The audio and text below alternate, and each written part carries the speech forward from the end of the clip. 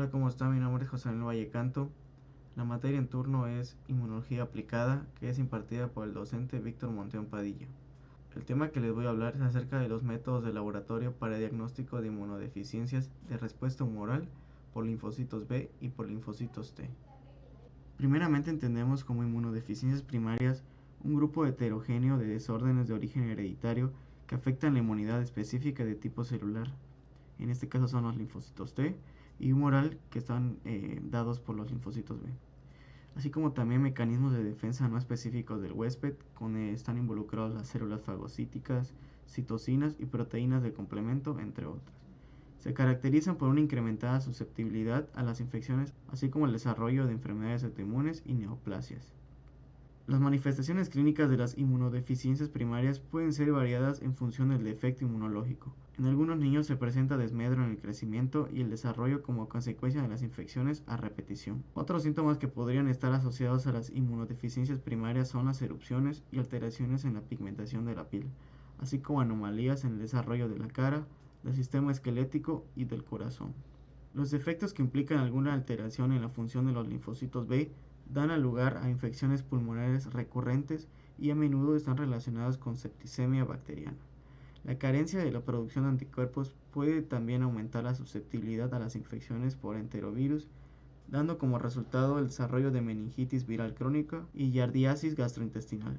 Las células son esenciales para el control de la enfermedad viral y fúngica, ya que colaboran con las células B mediante la liberación de citocinas que promueven una respuesta inmune adecuada y efectiva. Así, desórdenes como la inmunodeficiencia combinada severa de linfocitos T y linfocitos B da como resultado una mayor susceptibilidad a los patógenos virales, fúngicos y bacterianos. Existen pruebas diagnósticas para el estudio preliminar de las inmunodeficiencias primarias. En las primeras pruebas de etapa está el cuadro hemático, con velocidad de segmentación globular. El cuadro hemático es una de las pruebas de rutina que reporta la cantidad de células sanguíneas circulantes en un paciente, al igual que la concentración de hemoglobina presente en los glóbulos rojos.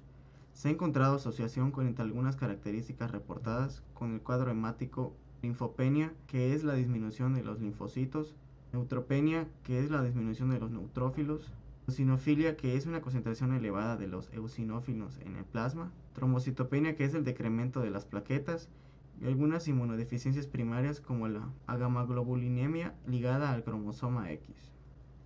El frote sanguíneo es una técnica comúnmente utilizada para evaluar la morfología de las células sanguíneas, incluidos los glóbulos rojos, los glóbulos blancos y las plaquetas. Aunque el frote sanguíneo por sí solo no puede diagnosticar una inmunodeficiencia, puede proporcionar información valiosa sobre el estado de las células del sistema inmunológico y ayudar en la evaluación de ciertas enfermedades hematológicas que pueden estar asociadas con inmunodeficiencias. La técnica para realizar un frote sanguíneo primeramente es que se necesita un portaobjetos limpio y una lámina de vidrio, que se necesitará para extender la muestra de sangre. Se obtiene una pequeña muestra de sangre mediante una punción del dedo o una venopunción en el brazo del paciente. Se coloca una gota de sangre en un extremo del portaobjetos. Con el borde de otro portaobjetos se extiende suavemente la gota de sangre para crear una película delgada y uniforme en el portaobjetos. Se deja secar completamente al aire y una vez que este esté seco se puede teñir con un colorante hematológico como el May-Grunwald-Giemsa, que facilita la visualización de las células sanguíneas. Y después se procede a observar el frote sanguíneo bajo el microscopio utilizando objetos de baja y alta potencia para evaluar la morfología y la distribución de las células sanguíneas. La electroforesis de proteínas séricas es una técnica utilizada para separar y cuantificar las proteínas presentes en el suero sanguíneo. Este método se realiza utilizando un procedimiento electroforético en el que las proteínas se mueven a través de un medio gelatinoso bajo la influencia de un campo eléctrico. Primeramente se obtiene una muestra de suero sanguíneo del paciente mediante una venopunción. Esta muestra se coloca en un tubo de ensayo o microtubo. Se prepara un gel de agarosa o poliacrilamida en una placa de gel, creando así un medio gelatinoso por el cual las proteínas se moverán durante la electroforesis. La muestra de suero sanguíneo se carga en pequeños pozos en el gel utilizando un aplicador especializado.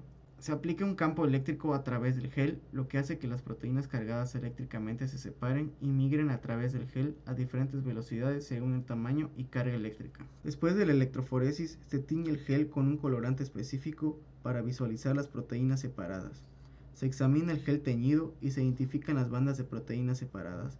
La posición y la intensidad de estas bandas se registran y se comparan con patrones de referencia conocidos. Durante la lectura de los resultados de la electroforesis de proteínas séricas, se observan varias bandas o zonas en el gel, cada una correspondiente a diferentes clases de proteínas presentes en el suero sanguíneo. Estas bandas se identifican según su movilidad relativa en el gel y se pueden agrupar en 5 fracciones principales. La primera es la albúmina, que esta es la banda más cercana al polo positivo en el gel. La albúmina es la principal proteína del suero sanguíneo y representa aproximadamente del 50 al 60% de todas las proteínas en el plasma. Esta fracción es responsable de mantener la presión osmótica del plasma, transportar diversas moléculas como hormonas y medicamentos y actuar como antioxidante.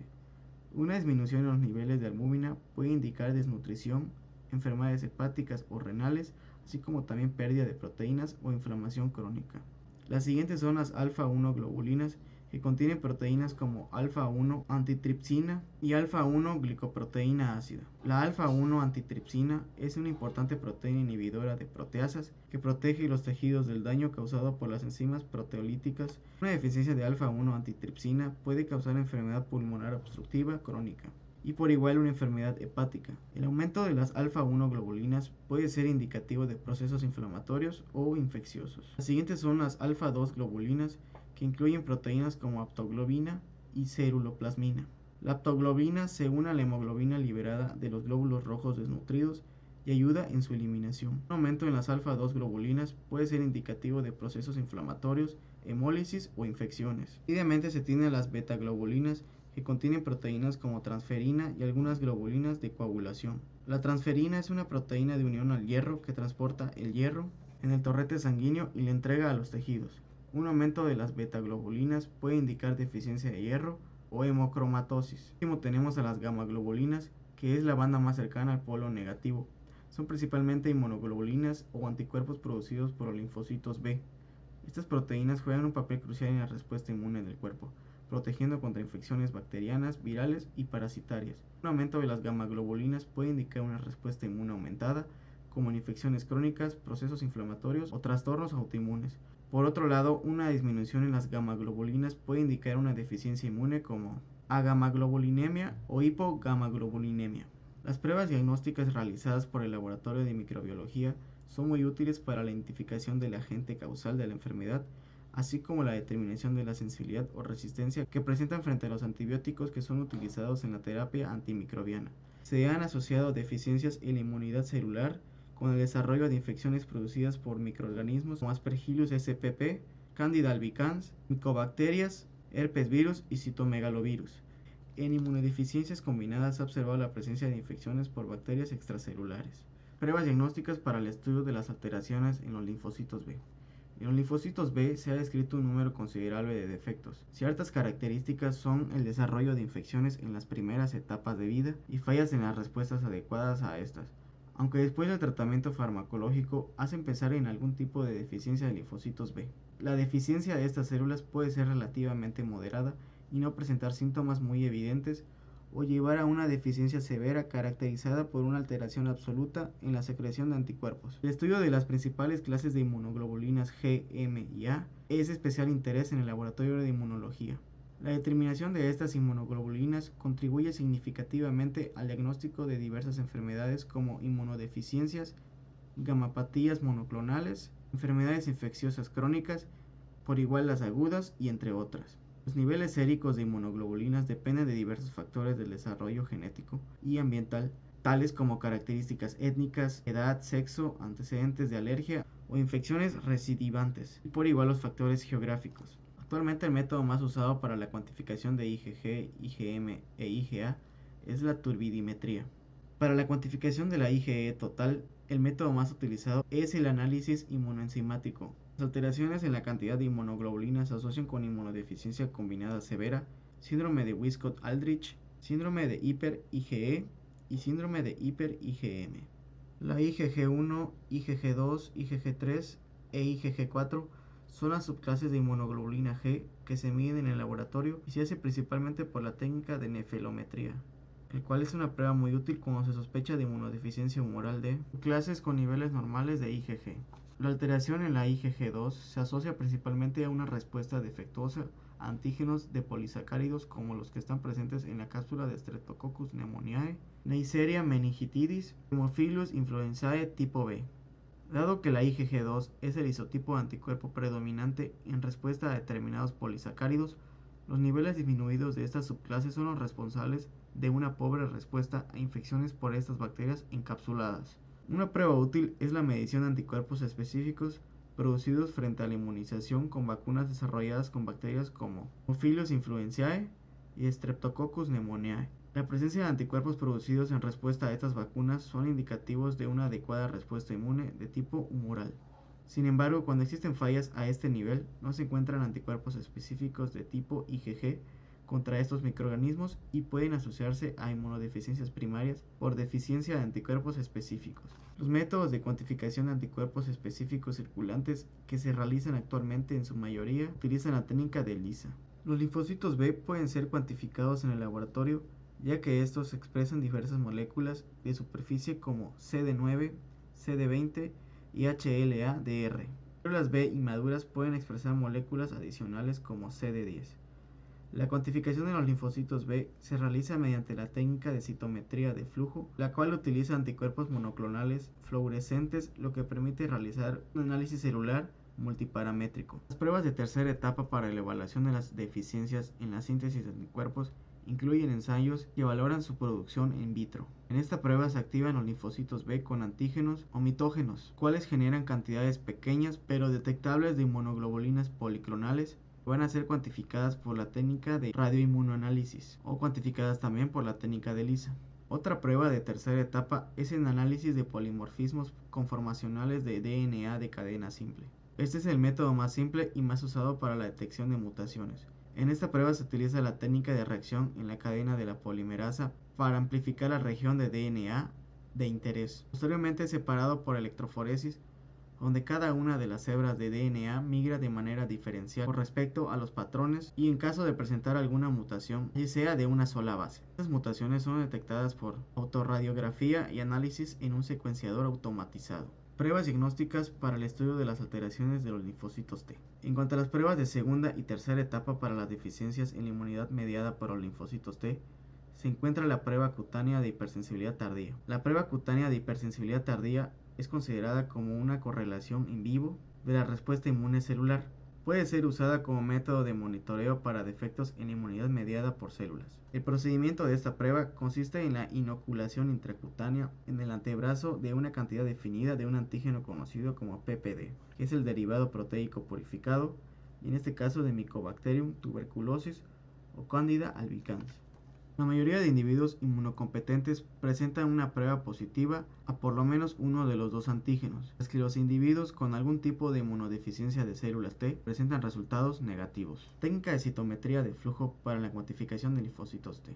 La cuantificación de los linfocitos T CD4 y T CD8 se realiza principalmente mediante la técnica de citometría de flujo. Esta técnica permite no solo identificar estas subpoblaciones de linfocitos, sino también analizar diversas moléculas de superficie presentes en ellos, como moléculas de adhesión, receptores para antígenos, moléculas del complejo mayor de histocompatibilidad, receptores tipo TOL y moléculas coestimuladoras como CD28. Las pruebas de tercera etapa para los linfocitos T incluyen la linfoproliferación en cultivo, donde se evalúa la habilidad de los linfocitos de proliferar en respuesta a mitógenos como la fitohemaglutinina, cavalina A, entre otros. Los linfocitos se cultivan en condiciones controladas y se estimulan con los mitógenos mencionados. La proliferación de los linfocitos se evalúa midiendo la actividad celular o la tasa de división celular en el cultivo. También puede hacerse una cuantificación de la producción de citocinas in vitro.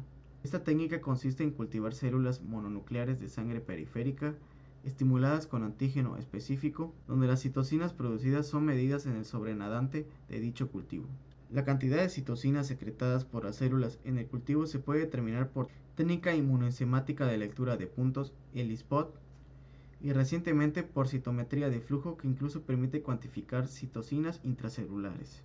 Otra prueba muy útil es el Western blot para la determinación de las proteínas CAP70 y JAK3. La primera se encuentra expresada exclusivamente en los linfocitos T y células NK, y juega un papel esencial en el proceso de selección positiva y negativa durante la maduración de los timocitos. La segunda interviene en la señalización intracelular generada por las citocinas a través de su receptor específico, que es la señal necesaria para que se complete el desarrollo de los linfocitos T. Las proteínas CAP70 y JAK3 se encuentran alteradas principalmente en la inmunodeficiencia combinada severa, donde en estos pacientes los linfocitos T y B están ausentes o funcionan incorrectamente. Esto resulta en una inmunidad severamente comprometida, lo que hace que los individuos sean extremadamente susceptibles a infecciones bacterianas, virales y fúngicas desde una edad temprana, y esta inmunodeficiencia combinada severa se considera una emergencia médica. Eso ha sido todo en este video y gracias por verlo.